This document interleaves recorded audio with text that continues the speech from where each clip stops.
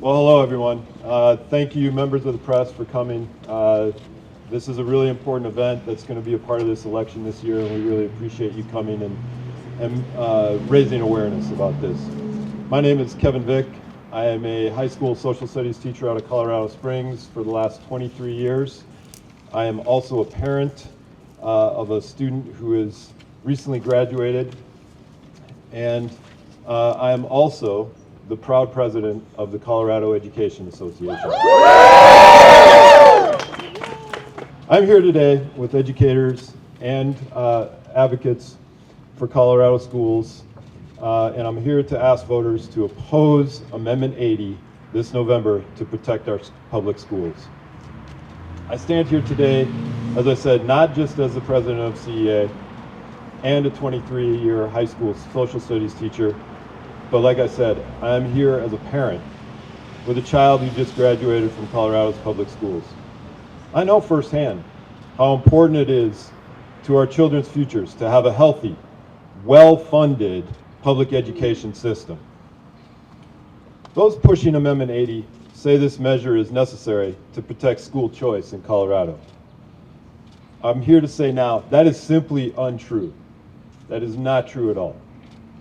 The reality is that parents' right to send their kids to public or charter school of their choosing, or even homeschooling, is already protected by Colorado law and has been for decades. Amendment 80 will not improve Colorado's education system for our kids or give parents like us more choices. What it really does is open the door to divert money away from public schools to fund private schools.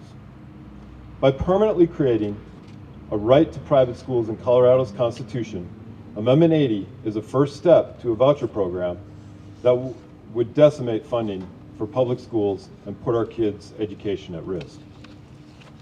Public schools serve 95% of Colorado's students, and we know those students deserve the best education possible. That means more teachers, better pay, and more opportunity for our students to find their passions.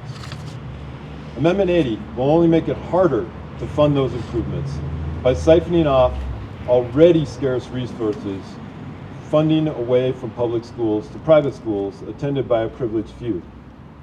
Rural schools, many of which are already struggling to hire teachers and keep their doors open 5 days a week, will be hit hardest.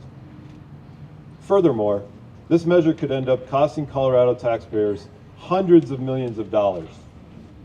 Just ask residents from other states across the country, like Arizona, that are suffering the consequences of schemes like this. Arizona's voucher program was projected to cost only $65 million a year.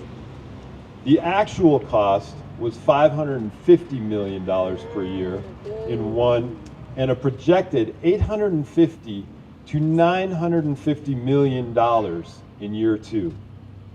For a state that is already near the bottom of the nation in funding, Colorado simply can't afford Amendment 80.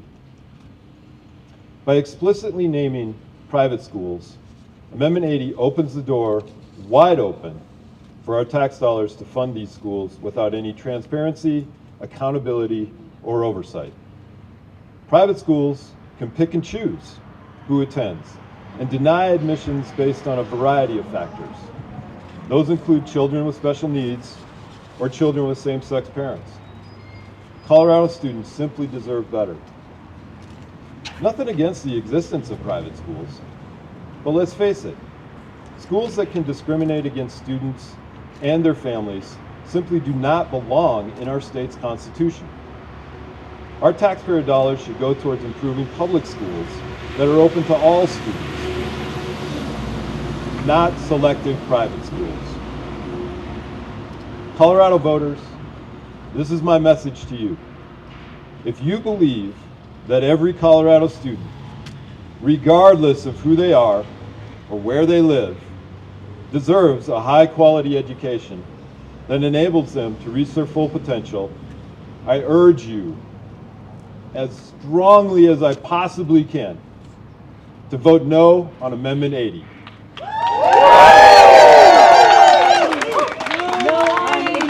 No on 80! No on 80! No on 80!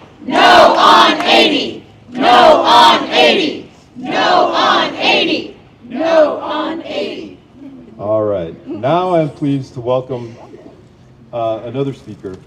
Her name is Lisa Danos, and she is an English teacher and librarian from Gunnison. Thank you, Kevin. Hi, like Kevin said, I'm Lisa Danos, and I'm an English teacher and librarian from Gunnison High School. I am here today to urge all Coloradoans to vote no on Amendment 80 and protect Colorado public schools, particularly public schools in Colorado's rural and mountain communities.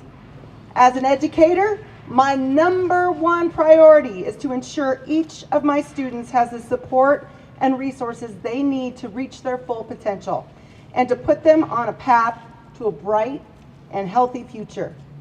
Colorado teachers work hard with the limited resources they have to provide opportunities and deliver the best possible education to their students. Sadly, Colorado students are often denied opportunities because our schools are under-resourced and underfunded. Amendment 80 would put the most vulnerable public schools in rural areas at risk by opening the door to a voucher program that would take much needed funding away from schools like mine and send our tax dollars to cover tuition at private schools instead. Now, Amendment 80 risks funding for all public schools, but students in rural schools will suffer the absolute most. Rural schools are already struggling to hire quality teachers and to keep their doors open 5 days a week, like Kevin said. Many rural communities don't have private schools, meaning these funds will go to the urban areas such as Boulder and Denver instead.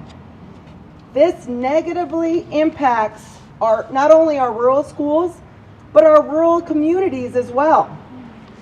I am speaking out of opposition to Amendment 80 because I believe my students deserve the same opportunities as students in the metro areas like Boulder and Denver. Yeah. We should be prioritizing our education funding so that rural schools can hire high quality teachers, can have competitive salaries that allow those teachers to live in the communities where they teach, and to ensure rural students have the education they need to thrive. Instead, Amendment 80 puts rural students last. Boo. Yeah, let's hear it. Boo. Colorado voters, do not be fooled by Amendment 80. It does nothing to increase parent choice or improve education in our state. Show your support for rural students this November by voting no on Amendment 80. Thank you, and I'd like to turn it back to Kevin. Thanks so much, Lisa. Next, I'm honored to have with us Noel Kendalia, a special education teacher and the Secretary-Treasurer of the National Education Association.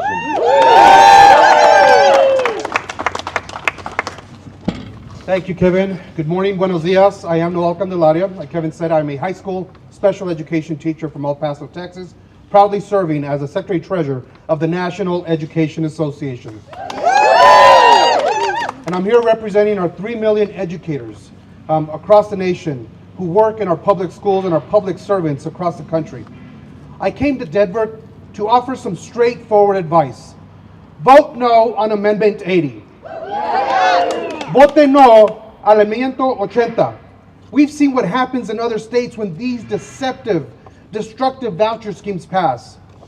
They hurt our public schools, taking away resources from the schools that serve the vast majority of kids in our states.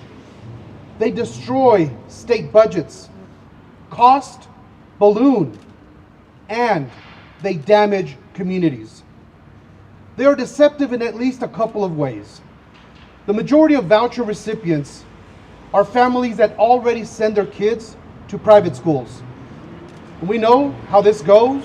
As Kevin mentioned, in Arizona, 80% of voucher recipients were already in private schools. In New Hampshire, 89% were already private school students. In Wisconsin, it's 75%. That's a public subsidy for people that are already sending their kids to private schools. They're also deceptive because we know that vouchers hurt academics. For example, in Ohio and Louisiana, vouchers hurt math scores more than the COVID-19 pandemic or Hurricane Katrina. It's a harsh comparison, but it's true. And frankly, vouchers attract subprime schools that aren't equipped to operate as advertised. In Milwaukee, for example, 2/3 of the private schools that opened after the voucher program started failed and closed down, most within the first 5 years. Just think about the turmoil that causes for students, that it causes for families and those communities. They offer a false promise while hurting public schools at the same time. But to make matters worse, vouchers allow public funding for discrimination based on religious practices and sexual orientation. We know this happens in other states, and you have a chance to reject this in Colorado. And I can tell you, as a special education teacher, this is personal to me.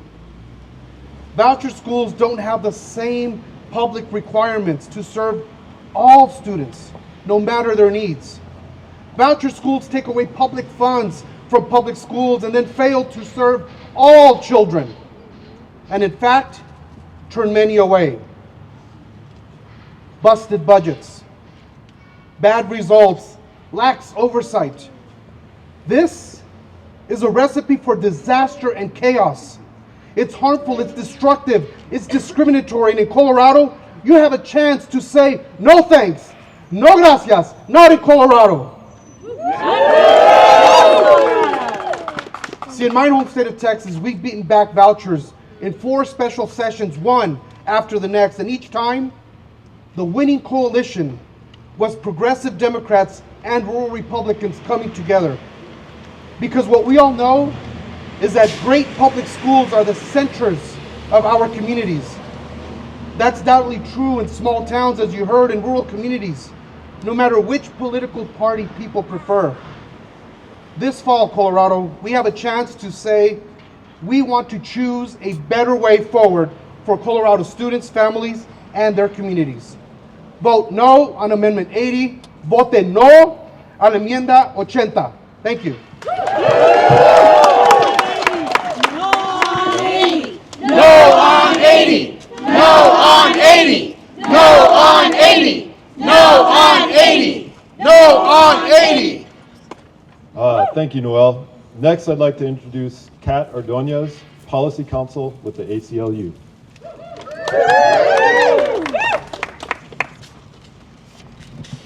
Thank you, Kevin, and good morning, all. My name is Kat Ordones, and I'm the ACLU of Colorado's Policy Council. I'm here today joining our partners in education to share with you the ACLU of Colorado's strong opposition to Amendment 80. Amendment 80 says it's about creating a right to school choice, but school choice already exists in Colorado. Colorado parents have the right today to send their children to any public, charter, private, or homeschool they want. This right has been legally protected since 1994. So if Amendment 80 would not create school choice in Colorado, despite what it says, what might it actually do? Amendment 80 could lead to a statewide voucher program. Voucher programs use taxpayer dollars to fund private schools.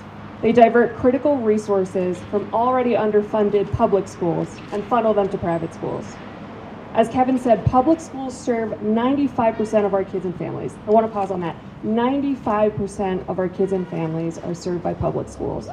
And we must not jeopardize the education of the vast majority of our kids by siphoning support to private schools. Private schools pose significant civil rights concerns. Whereas public schools are open to all students, private schools can pick and choose who attends. We know that some private schools deny admission to students based on the protected characteristics of those students and their families, like religion, sexual orientation, gender, or disability. And private schools don't have to meet state education standards. Instead of sending our public dollars to private schools, we should focus our funding on improving public schools, because all Colorado kids deserve a high-quality education, regardless of their identity, their zip code, or their socioeconomic status. We at the ACLU are also concerned that Amendment 80 includes a vague new constitutional right for a parent to direct their child's education. As I mentioned earlier, parents already have the right to choose where their children go to school. We fear that this language is going to open the door to violations of our students' civil rights. Some parents may argue that this right allows them to ban books or to get race or sex education out of a school's curriculum at their request. Some parents may argue that it provides the basis for them to sue a school for following state non-discrimination laws. And others may use it to follow Florida's lead and push for don't say gay policies in schools in Colorado.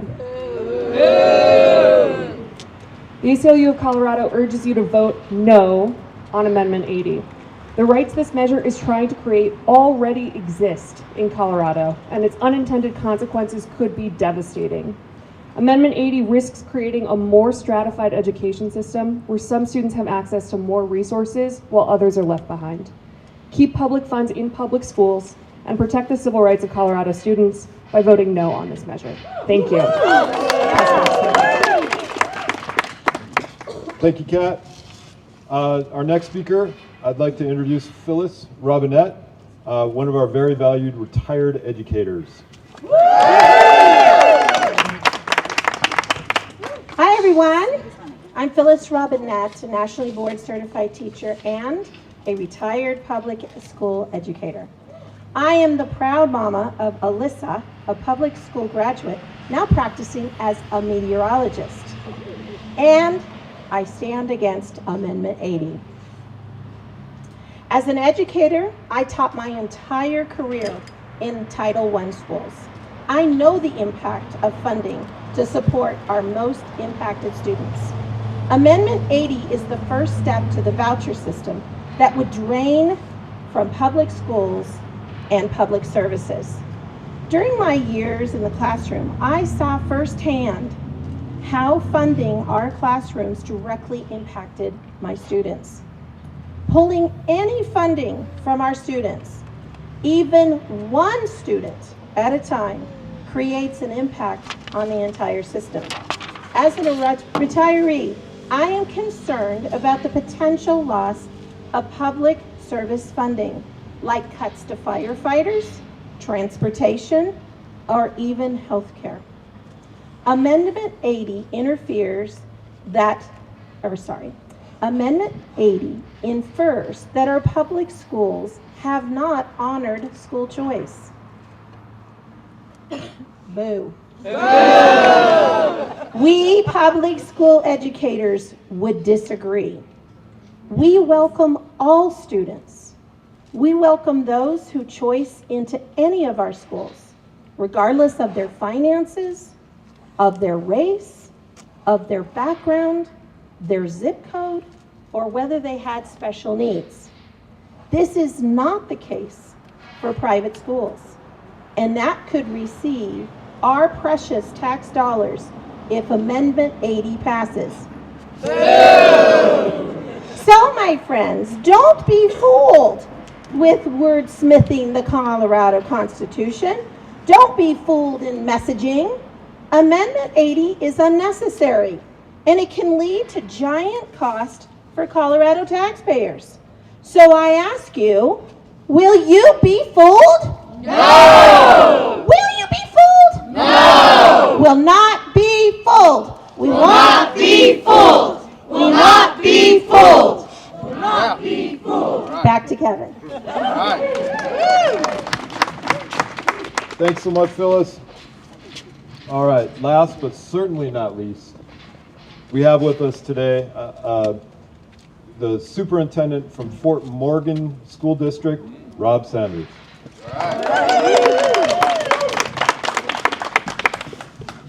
Thank you for being here today and paying attention to such a critical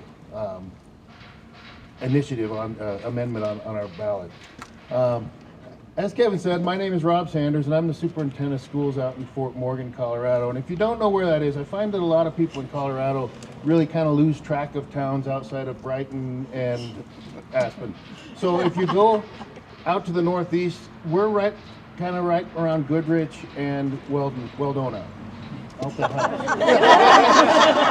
I hope that helps. But anyway, I have been in public education for over 32 years.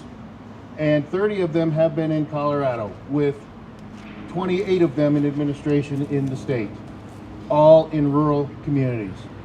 I'm currently serving Fort Morgan community as their superintendent of schools in my third year, where I spent 12 years as superintendent of schools in the little community of Merino in northeast Colorado. As a Colorado superintendent with 15 years of experience, I'm here to encourage all Coloradans to vote no on Amendment 80. This measure does nothing to improve education and instead would risk funding for public schools that serve 95% of our state students, particularly in rural communities. While this measure hurts all public schools, rural schools and students they serve will be impacted the most. This measure opens the door to taking funds from public schools to pay for private schools. Most rural communities don't have private schools, meaning education funding would be diverted from rural communities like mine and over 140 other rural and small rural school districts in the state of Colorado and sent to metro areas. This is simply unacceptable. All Colorado students, regardless of their zip code, deserve access to a high-quality education. All schools are facing funding issues, but in particular, our rural schools are facing a unique set of challenges on top of that, due to a lack of funding. Many rural schools are struggling to attract and retain high-quality staff, make critical infrastructure improvements, offer programming that helps students thrive, and create competitive salary and benefit packages for our employees. If Amendment 80 passes, these funding challenges will only be compounded, and many rural school districts could be forced to close or consolidate. Public schools are usually the hub of the community in any rural community. Not only are they critical for ensuring our students get a high-quality education, but they're a key factor in the economic stability of our towns. Our taxpayers' dollars should be used to strengthen public schools in Colorado rural communities, not subsidize private schools in metro areas like Boulder and Denver. The message is simple. Just because we're smaller doesn't mean that rural students don't deserve a high-quality education. Properly funded schools in rural areas lead to brighter futures for rural kids and healthier, more prosperous communities in every corner of our state. Colorado voters, please join me in supporting rural students by voting no on Amendment 80. Thank you.